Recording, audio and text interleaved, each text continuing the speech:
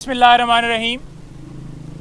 अभी हम अडयाला जेल से निकले हैं और आज 3 केसेस लगे हुए थे। एक साइफ़र केस जिसमें आपको पता है कि जिस तरह से पहले कार्रवाई की गई बंद कमरे के अंदर और जिस तरह से नोटिफिकेशंस बार बार जेल के हवाले से किए गए, वो तमाम नोटिफिकेशंस को कलअदम करार दिया गया और जितनी कार्रवाई थी उसको वापस अगस्त के महीने से स्टार्ट करने का कहा गया। दूसरी दफ़ा फिर उसी तरह से केस चला और दोबारा जो है same order Islamabad high court से हुआ और दोबारा उसी जगह से ट्रायल जो है स्टार्ट हुआ। अब फिर उसी तरह से किया जा रहा है और फिर अगर तीसरी दफ़ा यही इस्लामाबाद हाई कोर्ट से दोबारा फैसला आता है तो क्या आप ये समझते हैं कि ये फेयर ट्रायल हो रहा है? सिर्फ एक शख्स को सज़ा देने के लिए कि उसका कसूर ये है कि उसने एब्सोल्युटली नॉट कहा, वो इस माफिया के ख़िलाफ़ खड़ा हो गया, उसने इस जुल्म और जबर के ऊपर आवाज़ उठाई, आपने उसकी हिम्मत तो तोड़ न सके आप, और आपने उसके ऊपर केसेस बनाकर अंदर डाल दिया और फिर इस तरह से केसेस चलाना शुरू कर दिए। दूसरे नंबर पर जो इद्दत के दौरान नकाह वाला केस है, उसके ऊपर बड़ी अहम जो है बात मैं करना चाहता हूँ, जो आज खान साहब ने मुझे कहा कि आपने जाकर कहनी है, वो ये है कि खान साहब ने कहा कि इस केस के अंदर जो गवाह और केस बनाने वाले लोग आएंगे उनसे सबसे पहले हम हलफ लेंगे कि वो हलफ के ऊपर ये बताएंगे कि क्या किसी शख्स को अगवा नहीं किया गया। मैं खावर मानका की बात कर रहा हूँ कि अगवा करके उसके ऊपर केस बनाकर क्या उससे ज़बरदस्ती ये बयान नहीं लिया जा रहा, तो गवाही देने से पहले उससे हलफ लिया जाएगा। इसी तरह दूसरे गवाह ऑन चौधरी वगैरह, तो उनसे हलफ लेंगे हम और वो हलफ के ऊपर बताएंगे कि ये गवाही जो है ये अपनी वो सच्ची दे रहे हैं और अपनी मर्ज़ी से दे रहे हैं, उनके ऊपर प्रेशर नहीं है और वो इसको सच्चा समझते हैं, तो इसलिए ये गवाही दे रहे हैं।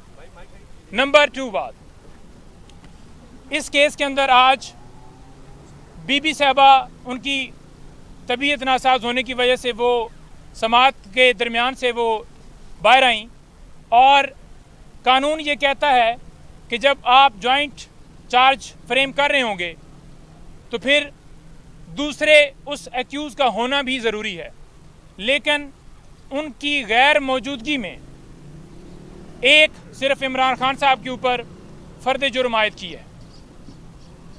तो इस तरह से ये केस चलाया जा रहा है।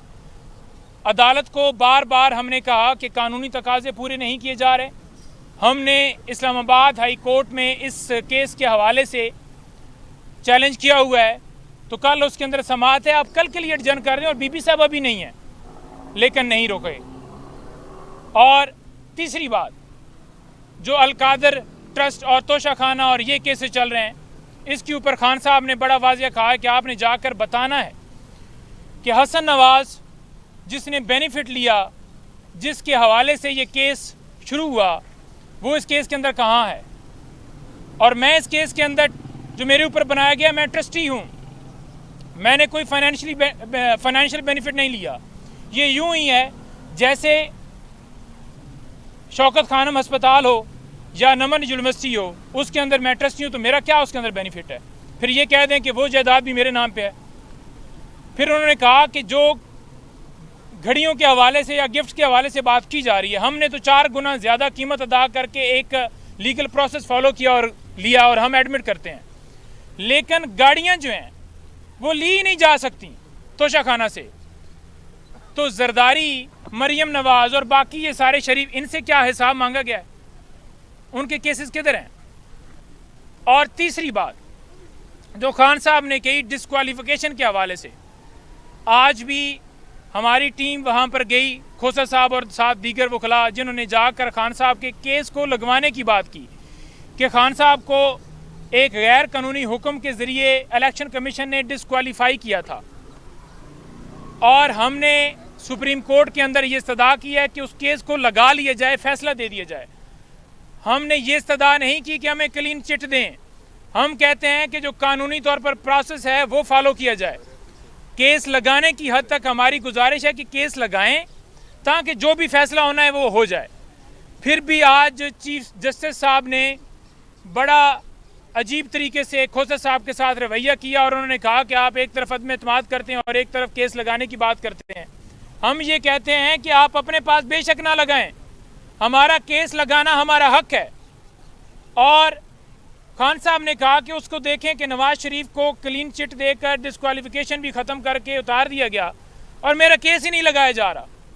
आमर फारूक साहब 11 महीने तक दरख्वास्त अपने पास रखते हैं, उसके ऊपर फैसला ही नहीं देते। हम ये कहते हैं कि हम दरख्वास्त वापस लेना चाहते हैं।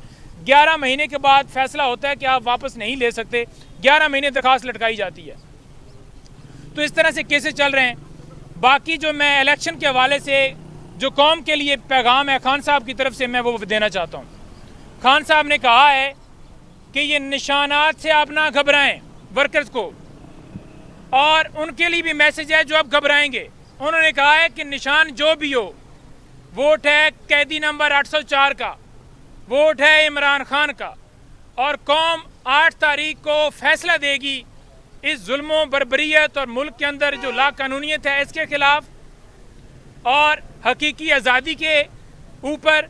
और उन्होंने ये भी कहा है कि आप जाकर ये बताएं कि ये क्या चाहते हैं कि कौम कोई भेड़ और बकरियां हैं कि आप जब चाहेंगे आप कहेंगे कि अब इसको वोट दें, आप इसकी हुकूमत बना देंगे। तो इस दफ़ा वो सारी चीज़ें चेंज होंगी और अवाम फैसला करेगी 8 तारीख को कि इस मुल्क का हकीकी लीडर कौन है जो इस मुल्क को आगे ले जा सकता है, जो इस मुल्क की बका के लिए लाना ज़रूरी है। ये जितने मर्जी है लोगों के साथ जुल्म और जबर कर लें। अमजद न्याजी को खान साहब ने कहा कि ICU में डाल दिया गया कि वो डटा रहा।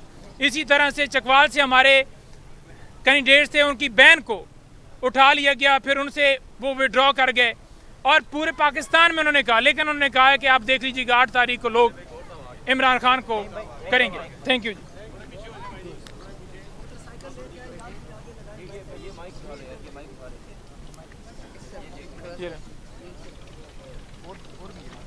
ना भाई ये